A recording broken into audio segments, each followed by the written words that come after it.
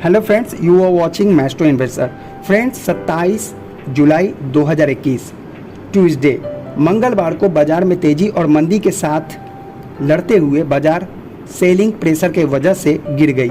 Sensex 273 अंक से ज़्यादा की गिरावट के साथ 52,578 पर बंद हुआ। वहीं निफ्टी 78 अंक के साथ यानी 0.49% की गिरावट के साथ 15,746 पर बंद हुआ।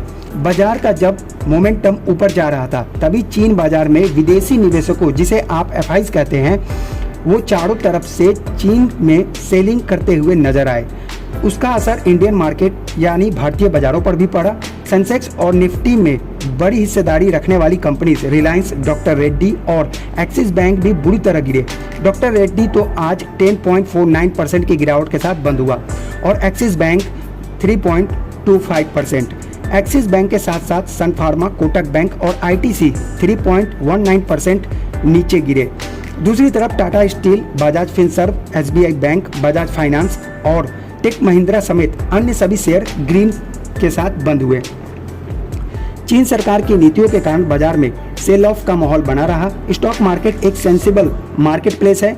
चीन की नीतियों से भारत को आने वाले दिनों में लाभ मिलेगा, पर आज का मार्केट गिरना लाजमी था और इसका असर बाकी के ग्लोबल इंडाइसेस पर भी दिखा। संघाई और हांगकांग में भारी सेलिंग और प्रॉफिट को रिडीम करते हुए एफआईज देखे गए।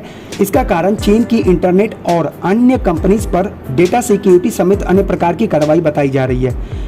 फ्रेंड्स, आप अपने प्रॉफिट को अगर रिडीम नहीं किए और आप भी यही सोचते हैं कि आप एक लॉन्ग टर्म इन्वेस्टर हैं, तो मैं आपको कहना चाहूँगा, एक अच्छा बिजनेसमैन वही होता है जो अपने बिजनेस को सक्सेसफुल बनाने के लिए केवल एक रास्ता नहीं बल्कि दूसरा रास्ता भी तैयार रखता है।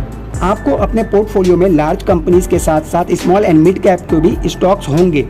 ऐसे कंपनीज में स्टॉक में आप देखेंगे 20 to 50% तक का रिटर्न आपको मिलना होगा और फिर आप सोच रहे होंगे कि जैसे 50% का रिटर्न मिला वैसे ही 100% का रिटर्न हो जाएगा तब रिडीम करूंगा। लेकिन एक्चुअल यही है कि आप 100% का रिटर्न मिलने के बाद भी आप होल्ड करके रखेंगे, क्योंकि आप में ग्रीडीनेस बढ़ता जाता है रिटर्न के लिए। फिर आपका 50% का जो रिटर्न ऑलरेडी आपने अचीव किया है, धीरे धीरे वो फिर 20% पर आ जाता है और इस तरह से आप 2 से 3 महीने तक वो होल्ड करके रखते हैं, क्योंकि स्मॉल एंड मिड कैप के स्टॉक्स हाईली फ्लक्चुएट होते हैं। इसलिए आप अगर प्रॉफिट बनाए हैं तो उसे रिडीम कीजिए। एटलीस्ट अपने प्रॉफिट अमाउंट को रिडीम करके फिर जब मार्केट डाउन हो तो वहां पर इन्वेस्ट कीजिए। जैसे कि मैंने आज अपने पेड ग्रुप में मेंबर्स को सजेस्ट किया, जेएम फाइनेंस को हमने मोर देन 30% रिटर्न लेकर सेल कर दिया और हैप्पीएस्ट माइंड को ऑलमोस्ट 150% लेकर उसे सेल ऑफ और प्रॉफिट बुक किया। हमने भी यहाँ पर अपने प्रॉफिट अमाउंट को ही सेल किया और यहाँ पर प्रॉफिट को एंजॉय किया। अगर आप चाहते हैं मेरे पेड ग्रुप को ज्वाइन करना तो नीचे एक ज्वाइन का बटन होगा, वहाँ पर जाकर हमारे 299 का प्लान ले सकते हैं। अदरवाइज मैं व्हाट्सएप ग्रुप का लिंक दे दे रहा हूँ, वहाँ से भी मुझे कॉन्टैक्ट कर सकते हैं। Thank you so much for watching. मिलते हैं अनदर वीडियो के साथ, तब तक के लिए tata bye bye and keep investing.